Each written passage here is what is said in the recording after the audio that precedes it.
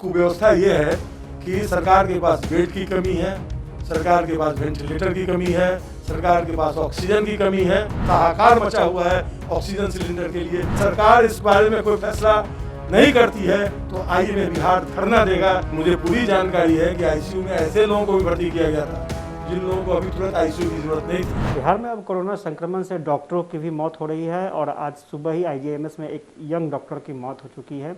हमारे साथ आईएमए के acting president doctor Ajay Kumar हैं, उनसे जान लेते हैं। सर, डॉक्टरों को सारी व्यवस्था मिल रही है, सब चीज़ हो रहा है, उसके बाद भी इस तरह की घटना हो रही है।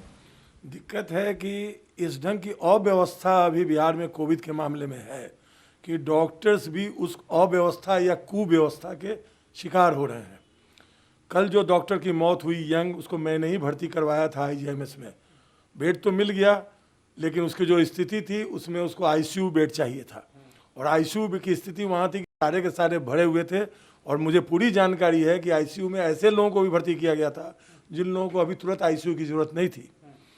शाम में जब मुझे मालूम हुआ कि 15 लीटर ऑक्सीजन के बावजूद उसका 80 से नीचे रह रहा है ऑक्सीजन सैचुरेशन, तो हम लोगों ने वहाँ के डॉक्टर्स से बात किया। यंग डॉक्टर्स बहुत परसुएट करके एक पेशेंट को जनरल वार्ड में भेज करके उसको दिए जगह, लेकिन तब तक लेट हो चुका था।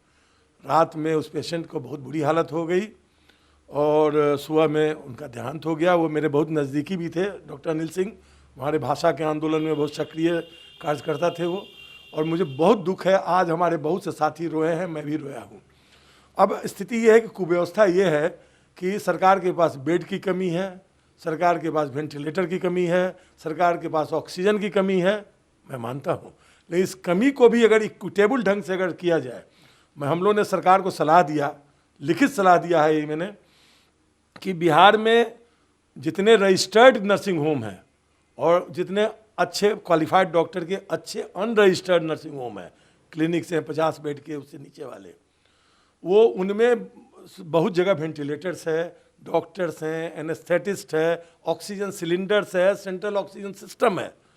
लेकिन उन अस्पतालों ने रजिस्ट्रेशन नहीं कराया है, चूँकि आईएमए बहुत दिनों से प्रयास कर रहा है कि कुछ ऐसे शर्त हमारे सीईए में है कि हम उसका पालन करने में असमर्थ हैं, इसलिए 50 बेड के अस्पतालों को मुक्त किया जाए। और सरकार से बातचीत चल रही है, कोर्ट में केस चल रहा है। और जब आपने जन आरोग्य योजना के अंतर्गत में वैसे अस्पतालों को भी इसमें रजिस्टर्ड किया था, प्रधानमंत्री जन आरोग्य में, तो आज कोविड के इलाज में उन अस्पतालों को रजिस्टर्ड करने में क्या दिक्कत है? अगर वो आज रजिस्टर्ड हो जाएं तो 1000 से ज़्यादा बेड इमीडिएट पटना में मिल जाएगा गवर्नमेंट को और बहुत बड़ी राहत मिलेगी जनता को। और बहुत बड़ी राहत, उनका पता लगा लीजिए, वो लोग बहुत अच्छा इलाज करते हैं और बहुत से रोगी अनऑफिशियली वहाँ अभी इलाज करा रहे हैं। लेकिन वो लोग हाहाकार मचा हुआ है ऑक्सीजन सिलेंडर के लिए। ऑक्सीजन सिलेंडर एडमिनिस्ट्रेशन जो है अपने दायरे में केवल सरकारी अस्पतालों में या रजिस्टर्ड अस्पतालों में भेज रहे हैं। ये इनजस्टिस है, ये जनता के साथ इनजस्टिस है।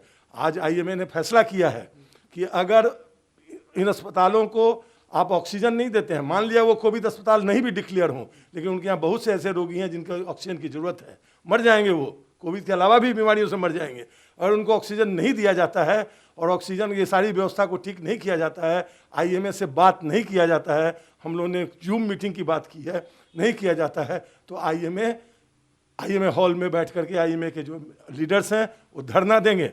मैं अनाउंस करता हूँ कि अगर सरकार इस बारे में कोई फैसला नहीं करती है तो आईएमए बिहार धरना देगा इसके खिलाफ, इस कुव्यवस्था के खिलाफ, इस अव्यवस्था के खिलाफ। एक चीज़ और जो जानकारी मिल रही है सर कि आईसीयू बेड्स जो बड़े सरकारी हॉस्पिटल्स हैं, क्या वहाँ कुछ विशेषाधिकार प्राप्त लोगों के लिए ही वो बुक हैं या कैप्चर कह सकते हैं? देखिए, मैं नहीं कहूँगा इस बात को, मैं इस बात को नहीं कहूँगा जिसके पीछे हमारा, लेकिन इतना ज़रूर है कि अभी जो बेड्स में पैरवी हो रही है, सभी अस्पतालों में पैरवी हो रही है। और ये देखा जा रहा है कि जो समाज में जो पहुंच वाले लोग हैं उनको किसी न किसी ढंग से बेड्स मिल जा रहा है बड़े बड़े अस्पतालों में, लेकिन आम जनता के साथ कुछ दिक्कत ज़रूर है, इवन डॉक्टर्स के साथ दिक्कत है। हम भी अपने को आम जनता में ही मानते हैं, ऐसा होता है, ऐसा उसके खिलाफ हमको, चूँकि जो भी जा रहे हैं, भर्ती हो रहे हैं, वो उनको भी चाहिए जगह, और उनको जगह दी जा रही है तो उससे हमको कोई गुनाह नहीं है। हम तो कह रहे हैं कि इसको एक्सपेंड करो, बेड्स को बढ़ाओ। हम अपने प्राइवेट अस्पताल में अपना इलाज कर लेंगे, अपना करा लेंगे अपने डॉक्टरों का। अगर आप सबको व्यापक रूप से इजाज़त देते हैं, उनको रजिस्टर्ड करते हैं, उनको ऑक्सीजन देते हैं। हम अब जानते हैं कि किस अस्पताल में जो अनरजिस्टर्ड भी है वहाँ पर वेंटिलेटर बढ़िया है, वहाँ पर स्टाफ बढ़िया है, फैकल्टी बढ़िया है। छोटा छोटा हॉस्पिटल मझोला अस्पताल बर्बाद हो जाएगा और हम उसके पहले हम लोग बर्बाद हो जाएंगे और पूरा बिहार जो है इस कोविड क्राइसिस में कहर रहा है। ये तो आईएमए ने साफ तौर पर कह दिया है कि अगर सरकार को और बेहतर व्यवस्था चाहिए तो अनरजिस्टर्ड हॉस्पिटल की भी मदद लेनी होगी, क्योंकि अभी की जो परिस्थितियां हैं उसमें बेड, ऑक्सीजन सिलेंडर और सही दवाएं मिलना बेहद ज़रूरी है। इसके अभाव में कई मरीजों की जान जा सकती है। कैमरा पर्सन जितेंद्र झा के साथ आशुतोष चंद्र, जी मीडिया, पटना।